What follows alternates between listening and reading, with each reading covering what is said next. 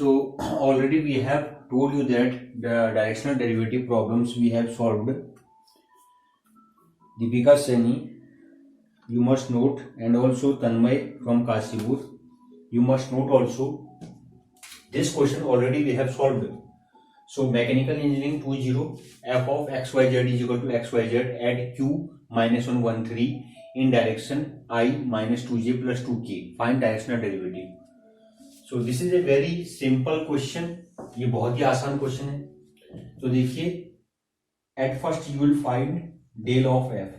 तो आपको क्या करना है, del upon del x i plus del upon del y j plus del upon del z k. इसका फंक्शन क्या है आपका, F of x Y z. Function क्या है, f of x Y z. यानी कि इसका हमको क्या करना है, जो फंक्शन है आपका F of x Y Z is equal to X Y Z. ये आपका क्या है, this is X Y Z. इसको डिफरेंशिएट करना है. तो अगर हम एक्स के रेस्पेक्ट में डिफरेंशिएट करेंगे तो क्या आ जाएगा, वाई जेड आ जाएगा, वाई जेड आई. ठीक है, प्लस वाई के रेस्पेक्ट में करेंगे तो एक्स जेड आ जाएगा, एक्स जेड जी. और अगर हम जेड के रेस्पेक्ट में करेंगे तो एक्स वाई की. ठीक है, बाकी कांस्टेंट हो गए. So that is the del F. Now at point -1 1 3. तो एड पॉइंट -1 1 और 3, यानी कि क्या हो जाएगा, this is X, this is Y और दिस इज जेड. ये वैल्यू आपको यहां रख देनी है. तो अगर हम रखेंगे X is equal to, X तो है ही नहीं, वाई और जेड, यानी कि 1 into 3 1 into 3 I plus X Z, यानी कि -1 into 3 into 3 J sorry, and X Y means -1 into -1 into 1 and K. तो आपका वैल्यू क्या आ गया, 3i और आपका -3j और आपका क्या हो जाएगा, -k. ये आपका आ गया. ठीक है, अब क्या है, जब आपने ये निकाल लिया, if you have find it, then आपको इससे से मल्टीप्लाई करना है. Now you have to use this method, 3i minus 3j minus k. इसको डॉट प्रोडक्ट आपको किससे याद करना है, i minus 2j plus 2k. देखो क्वेश्चन बाहर से नहीं आएगा, तो आप क्या करेंगे, इसको इससे मल्टीप्लाई करेंगे. i dot i is equal to 1, j dot j is equal to 1, k dot k is equal to 1 and i dot j is equal to 0, i dot k is equal to 0, other are all 0. i dot i is equal to 1, तो आपका क्या हो जाएगा, 3 plus 3 into -2 is equal to 3 2 6 plus and -1 into this is equal to -2. तो 6 7 8 9 9 -2 is equal to 7 is your answer. ठीक है, तो एक क्वेश्चन, एक मैसेज मुझे दोबारा मिला है. One message I have got that please solve also this question, mechanical engineering. Find, question आपका क्या है, देखो एक स्टूडेंट, अननोन स्टूडेंट ने क्वेश्चन पूछा है. One unknown student, okay, he has asked this question, find the area under the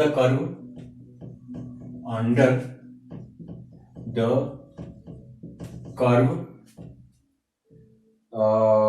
y is equal to greatest integer x where x belong to 1 and 4. Okay, और इसने हमको 4 option दे रखे हैं. Please आप ये बताइए, b इज इक्वल टू आपको दे रखा है 1 और c इज इक्वल टू आपको दे रखा है 3 and d is equal to आपको दे रखा है. इसका आंसर कैसे निकालेंगे, दैट इज वेरी सिंपल.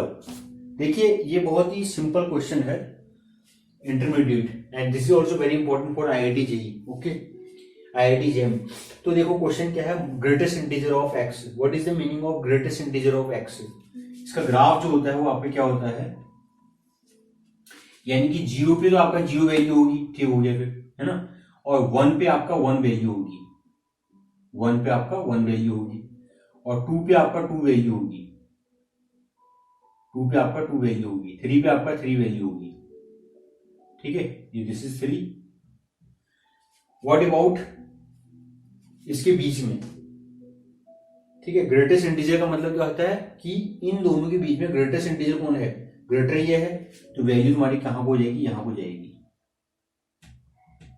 ठीक है, मतलब ये ऐसे होगा, समथिंग नॉट लाइक दिस, ये आपका ऐसे होगा समथिंग। ठीक है, आई थिंक दैट यू अंडरस्टैंड। तो यहां वैल्यू ऐसे होगा, यानी कि इन सबके बीच की वैल्यू कहां हो जाएगी, 1।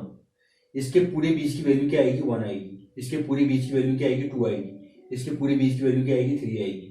It means that your greatest integer function is the discontinuous function, this is not continuous function. So because ये क्या है, these are the discontinuous point. At this point here the value is different, here the value is different. अगर आप right side में जाएंगे तो 2 आ जाएगा, left side में जाएंगे तो 1 आएगा।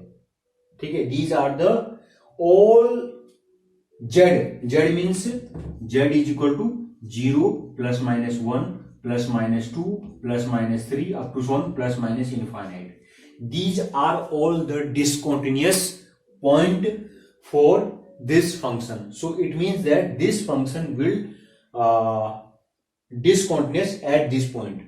So there are total number of discontinuous are countable because z is also countable. ठीक है, तो ये हो गया आपका, तो इनफाइनाइट है, ठीक है, कोई दिक्कत नहीं है, ठीक हो गया। फिर तो अब आपका क्वेश्चन क्या आता है, देखो आपको ध्यान रखना है, जो Q होता है तुम्हारा, Q इज ऑलरेडी काउंटेबल, तो Q से तो छोटा Z है आपका, Z इज ऑल्सो काउंटेबल। ठीक है, नेचुरल नंबर इज काउंटेबल। ठीक है, तो आप ये भी बोल सकते हैं। क्वेश्चन क्या है, क्वेश्चन क्या है, इसका आपको एरिया निकालना है। तो कहां तक है, 4 तक है, तो 4 तक क्या आएगा आपका, 4 तक आएगा, ये आएगा। ठीक है, योर वैल्यू इज दिस। तो ग्राफ क्या बनेगा आपका, अगर आप मिलाएंगे तो ग्राफ आपका ये बनेगा, यहां पर आपका ये ग्राफ ये बनेगा, यहाँ ग्राफ आपका ये बनेगा, यहाँ ग्राफ आपका। तो आपको क्या निकालना है, इसका पूरे एरिया निकालना है। ठीक है, so how to find this area, very simple. So this is the next question, this question I will rough. Okay, already we have solved. तो देखिए कैसे निकालेंगे, दिस इज वेरी सिंपल। तो आपको क्या करना है, we have to use our mind. Question क्या है, क्वेश्चन बहुत आसान है। हमको निकालना है integration 1 to 4 greatest integer of x dx, we have to find. तो हम इसका पूरा नहीं निकालेंगे, हम क्या करेंगे, पहले 0 से 1 से 4 तक निकालना है, 0 नहीं है। ठीक है, हमको क्या निकालना है, 1 से 4 तक निकालना है, ये बात को ध्यान रखना। सो this is not your point, केवल आपको यहां से यहां तक निकालना है। ठीक हो गया फिर, ठीक है। तो कैसे निकालेंगे, तो हम क्या करेंगे, पहले integration of 1 to 2 x dx plus integration of 2 to 3 x dx plus integration of 3 to 4 x dx। ठीक है, बहुत ही आसान है। तो इसके बाद क्या है आपका, आप जानते हैं कि 1 से 2 तक आपकी जो वैल्यू है, यहां पर आपको क्या देगा, 1 से 2 तक आपको वैल्यू क्या मिलेगी, और 2 से 3 तक वैल्यू आपको क्या मिलेगी, और 3 से 4 तक वैल्यू क्या मिलेगी। ठीक है, 1 से 2 तक वैल्यू आपको क्या मिल रही है, और 2 से 3 तक वैल्यू क्या मिल रही है, एंड 3 से 4 तक वैल्यू क्या मिल रही है।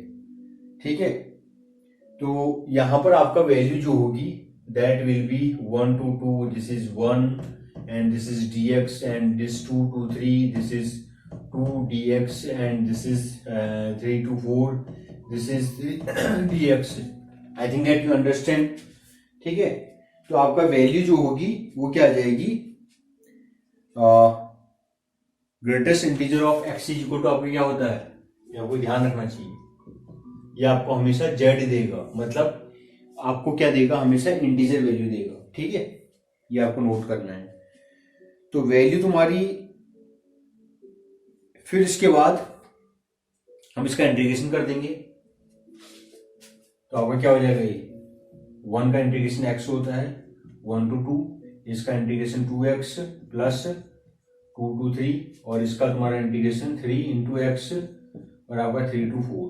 ठीक है, तो x तो बाहर निकाल लो, 2 minus 1, और प्लस 2 बाहर निकाल लो, 3 minus 2, और 3 बाहर निकाल लो, यानी कि एंड 4 माइनस 3, ठीक है। तो कितना हो जाएगा 2 minus 1 is equal to 1 plus 3 minus 2 is equal to 1 और plus 4 minus 3 is equal to 1, 3 4 5 और 6। So this is your answer. I think that you understand. You have to find the integration from 1 to 4. Integration 1 to 4, ठीक है, आपको ये निकालना है। तो I think that you understand.